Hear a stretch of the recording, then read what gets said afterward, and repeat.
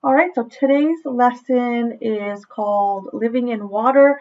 This is topic 5.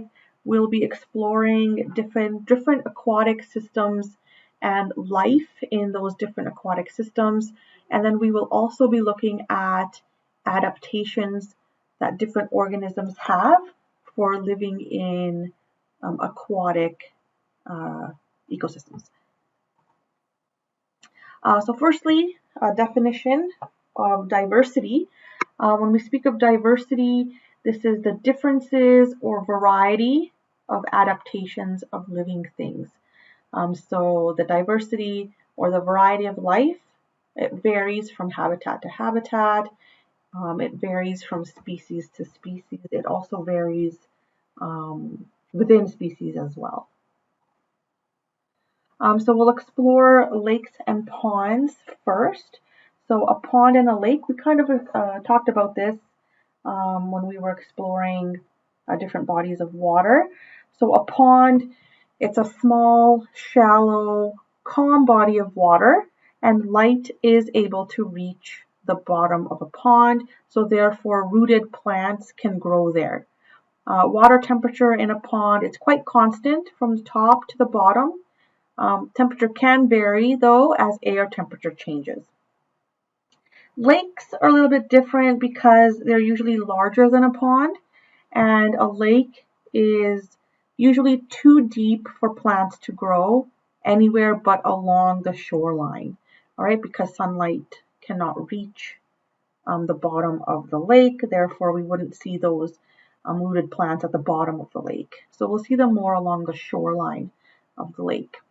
In the shallow water where light can penetrate, we would see plants such as rushes, cattails, and water lilies. Temperature in a lake is quite constant, but usually the surface waters are usually warmer than the deeper, colder waters. So lakes and ponds, they are affected by local climate. In cold locations, the surface can freeze during the winter months. In the summer, the surface waters will be much warmer, and then the deeper areas will be colder. Lake and pond creatures include things like fish, insects, and amphibians like frogs. You might find larger animals as well, including beaver, muskrat, ducks, turtles. They will also make their home in a pond or lake. Next, we'll explore rivers and streams. So most rivers and streams, they are quite shallow. They often contain sediments eroded from the land. Some rivers may be clear, others will be more murky so that you cannot see to the bottom. Streams and rivers, they usually alternate between areas where the water is calm, like pools, and then areas where the water is moving quickly, the riffles. Most animals that live in these habitats have to be able to attach themselves to the rocks on the river or stream bottom because of that fast moving water. So insects such as caddisflies or stonefly larvae, they are able to cling to the rock.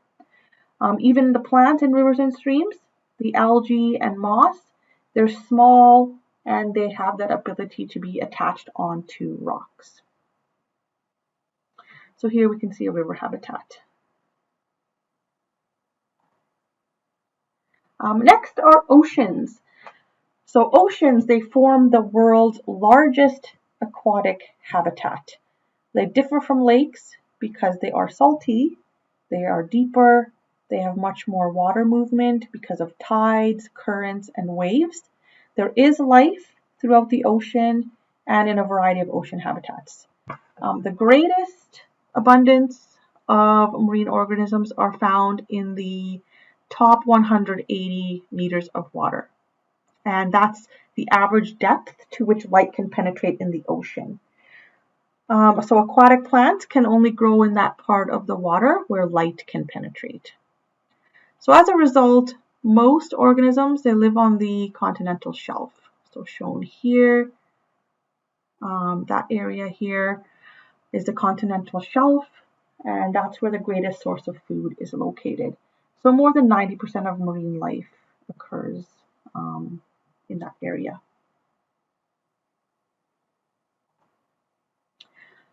Okay, we'll pause here. So next we're going to start exploring the different adaptations for an aquatic life. So firstly, we're looking at gills. Most aquatic animals use gills. These are organs that enable them to get oxygen from the water. So gills, they come in all shapes and sizes. For example, fish, you can clearly see the gills. There's frills on the mayfly nymph, and the marine tube worm are their gills as well. Some aquatic animals can gather their oxygen at the water surface. So for example, mosquito larvae, they have a tube-like siphon shown right here that they reach above the water surface, and they can get their oxygen that way. This is a diving beetle. So this is an organism. They can trap an air bubble under their wing covers when they're at the surface, and then they use it like a miniature air tank. So those are some different adaptations for gathering their oxygen from the water surface. Some marine mammals will use lungs to breathe, just like land mammals do. So this, for example, is a dolphin, and so that's why we see some marine mammals, they blowing at the ocean's surface. They are grabbing a breath or two of air. So organisms like whales and dolphins. So here, this is the dolphin's anatomy. We can see the lungs right here.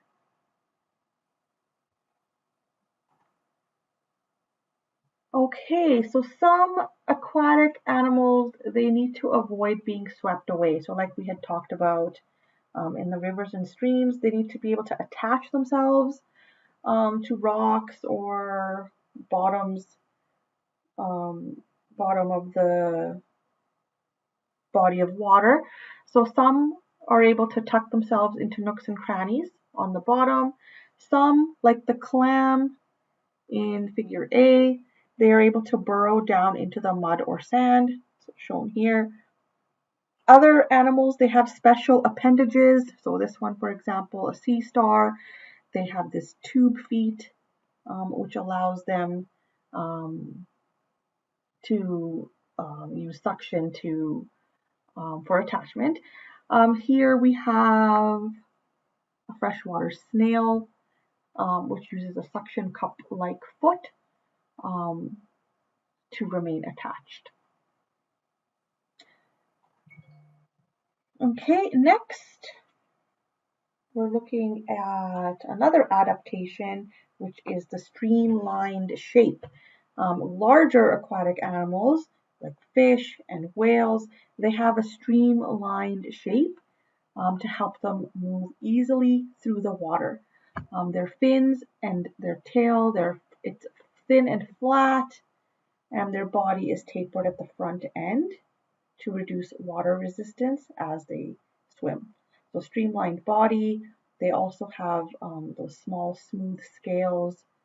Again, those are all adaptations for movement through the water.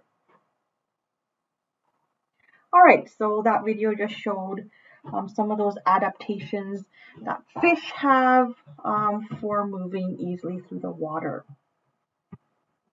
There are other adaptations as well for aquatic life and movement. Many aquatic animals, they'll use the buoyancy of water to help them move. Here, water striders, they can skate and jump on the surface film of the water. Water in lakes and oceans is full of floating plants and animals called plankton. So we have phytoplankton and zooplankton shown here, which have adapted to life on or near water surface. So they move around by water currents. They are very important sources of food for animals in freshwater and saltwater systems. So phytoplankton, that's the plant plankton, and then zooplankton, that's the animal plankton. Zooplankton, they're usually small. They often have spines or other appendages to help them stay afloat. They're often clear with very little coloration on their body, but very important, like I said, for the food web.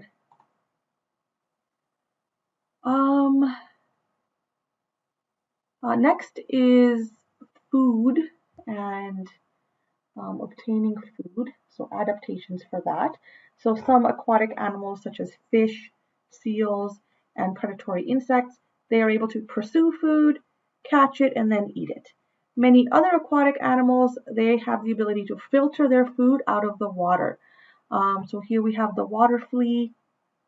It's able to sweep food into its mouth by waving its legs. I think the legs are there. We have barnacles shown here. They have the feathery appendages. They're able to wave their feathery appendages in the water to filter food from the ocean. And then here we have a whale. They have baleen, which are filters to strain plankton out of the water.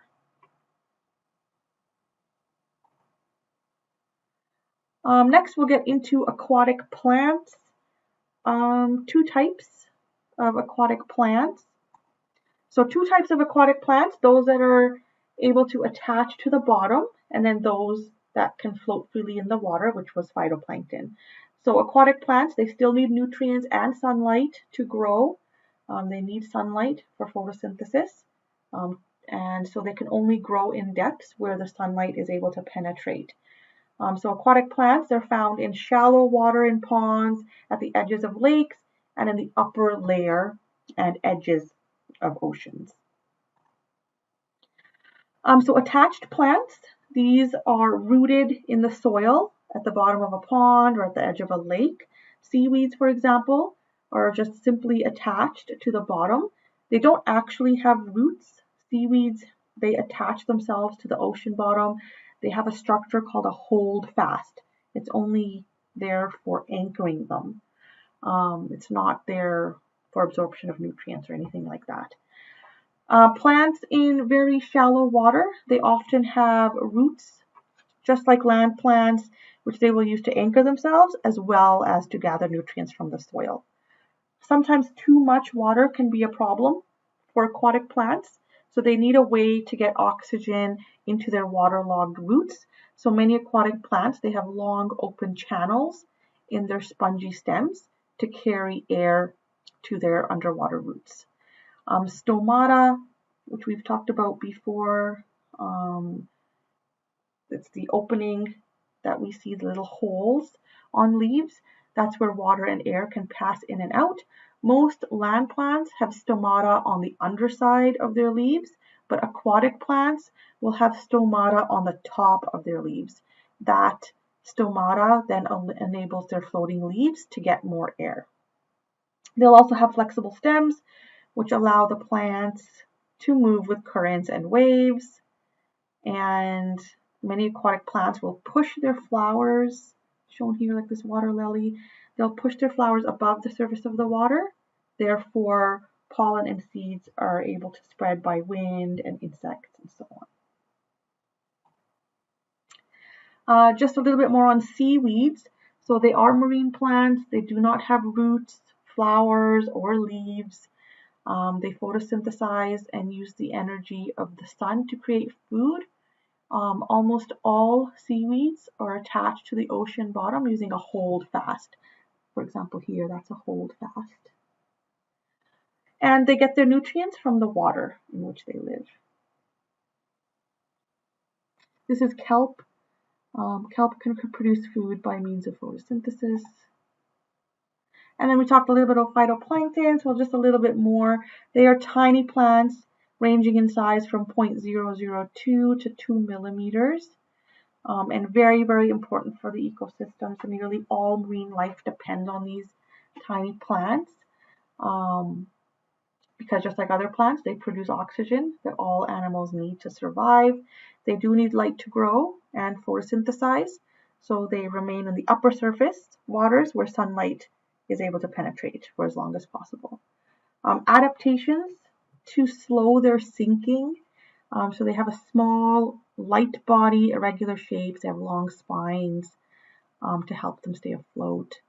Diatoms. These are examples of diatoms.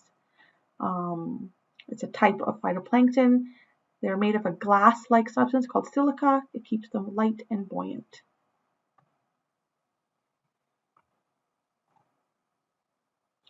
Okay, so I'll pause. So next we are talking about nutrients in water.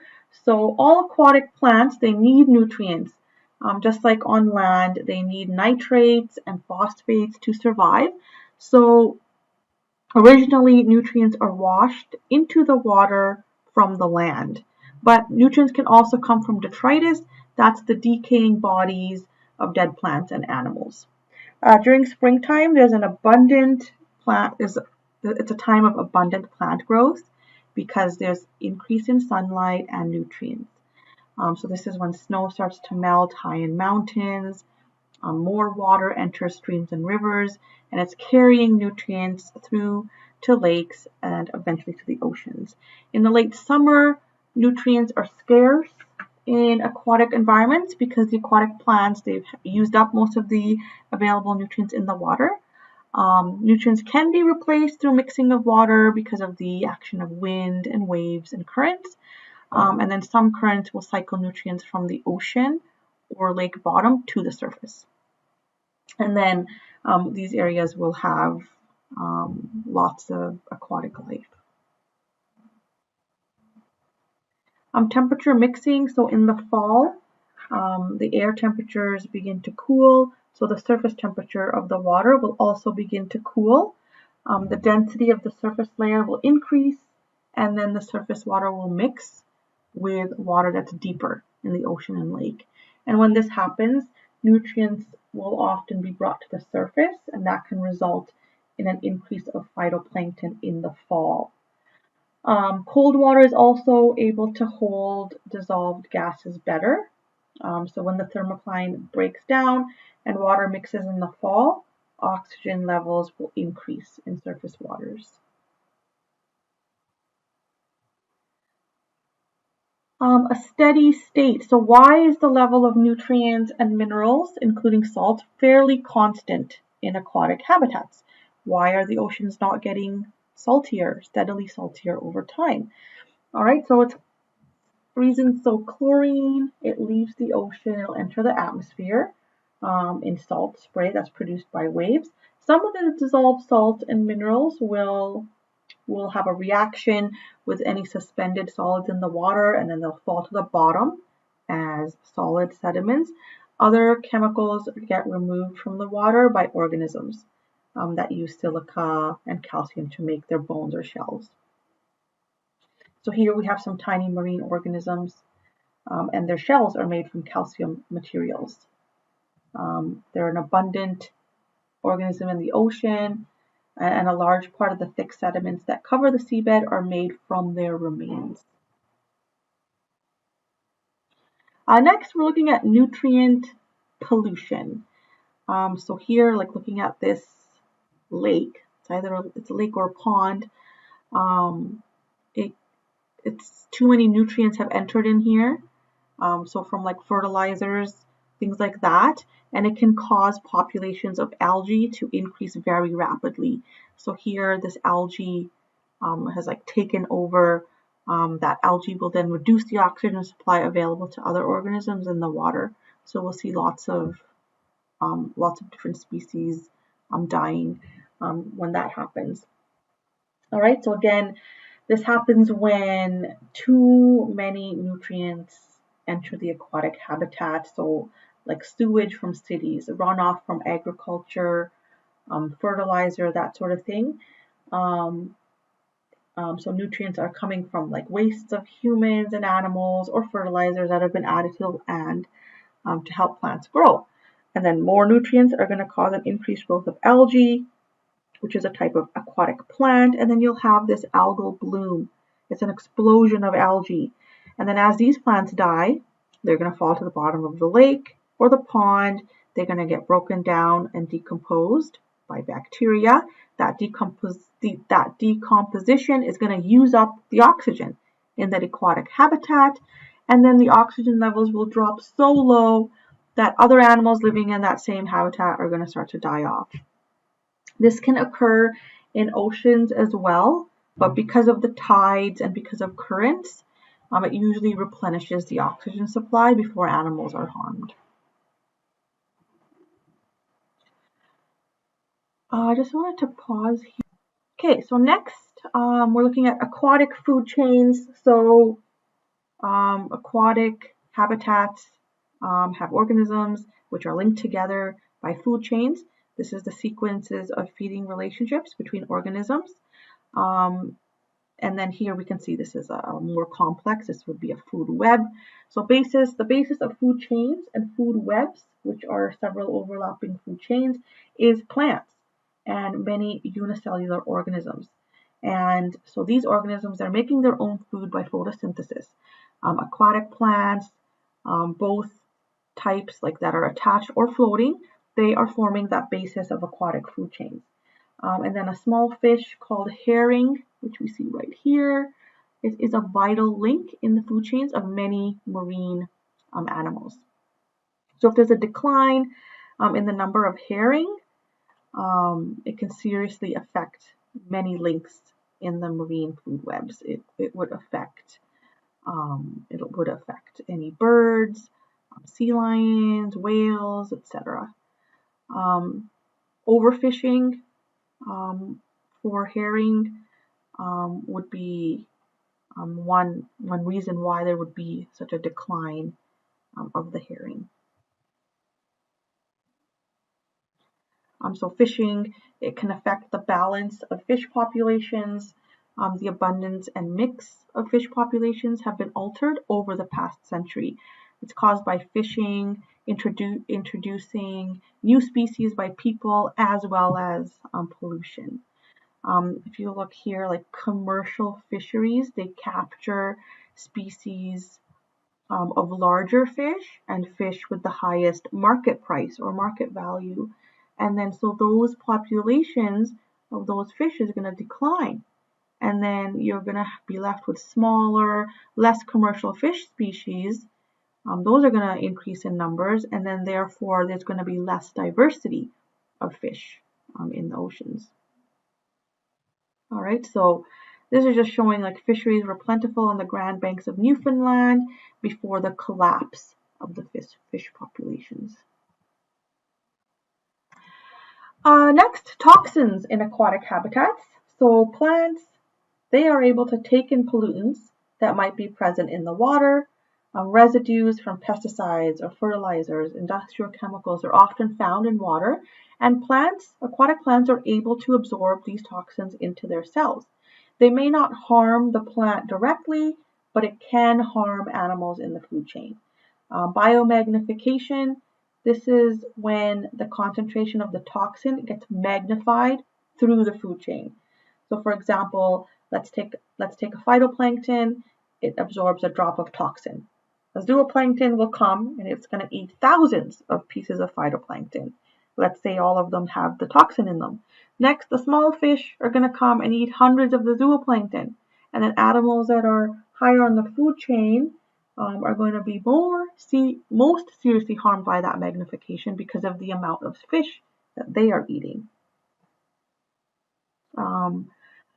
Osprey and DDT. DDT is a chemical that was used on insects.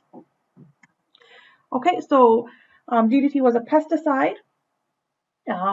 It was commonly used, and people began noticing that the osprey populations were declining. The birds' eggs and the chicks were not developing properly, and the chicks were often dying. So there was a ban of DDT. The banning of DDT use has halted the decline of osprey populations, but that DDT hasn't left the environment. There's still traces of DDT in the environment. It's found in many aquatic habitats. It can still be measured today, even though it's been banned for decades. It's still present. So animals that have a high concentration of fat in their bodies, like let's say whales, they will be especially sensitive to toxins in the environment because those toxins are stored in their fatty tissues, like the blubber, and that can lead to serious health problems or even death. So it's those animals that feed high on the food chain, like the osprey, the killer whales. They are susceptible to biomagnification of toxins. Last little bit here, exploring aquatic habitats. So we talked about plants and we talked about photosynthesis, but we, like scientists, have found something else in oceans. So because of the invention of submarines, underwater cameras, and special diving suits, it's made it possible to explore far beyond the depths of which humans can scuba dive. So there has been discovery of life around hot vents in the seafloor. So it's been found that organisms do not use the sun's energy or phytoplankton for food. So way deep down there. They are using this process called chemosynthesis. So their source of energy is chemicals that are flowing from cracks or seafloor vents in the ocean floor. So there's bacteria that form the base of the food chains around those vents. Those get eaten by tiny larvae and other organisms, which in turn will support populations of giant clams, tube worms, crabs, barnacles, and other creatures of the seafloor. Okay, so photosynthesis, we need the presence of light. Chemosynthesis is a process that occurs in total darkness on the seafloor. It's using those chemicals that are flowing from seafloor vents. So here we can see some seafloor vents. These are called black smokers. They form plumes of black iron sulfide particles. And the temperature of the water here may be over 300 degrees Celsius when that vent erupts. All right, so that just shows photosynthesis is not the basis of all food webs. Especially there, we can see chemosynthesis where it's too dark for photosynthesis to occur.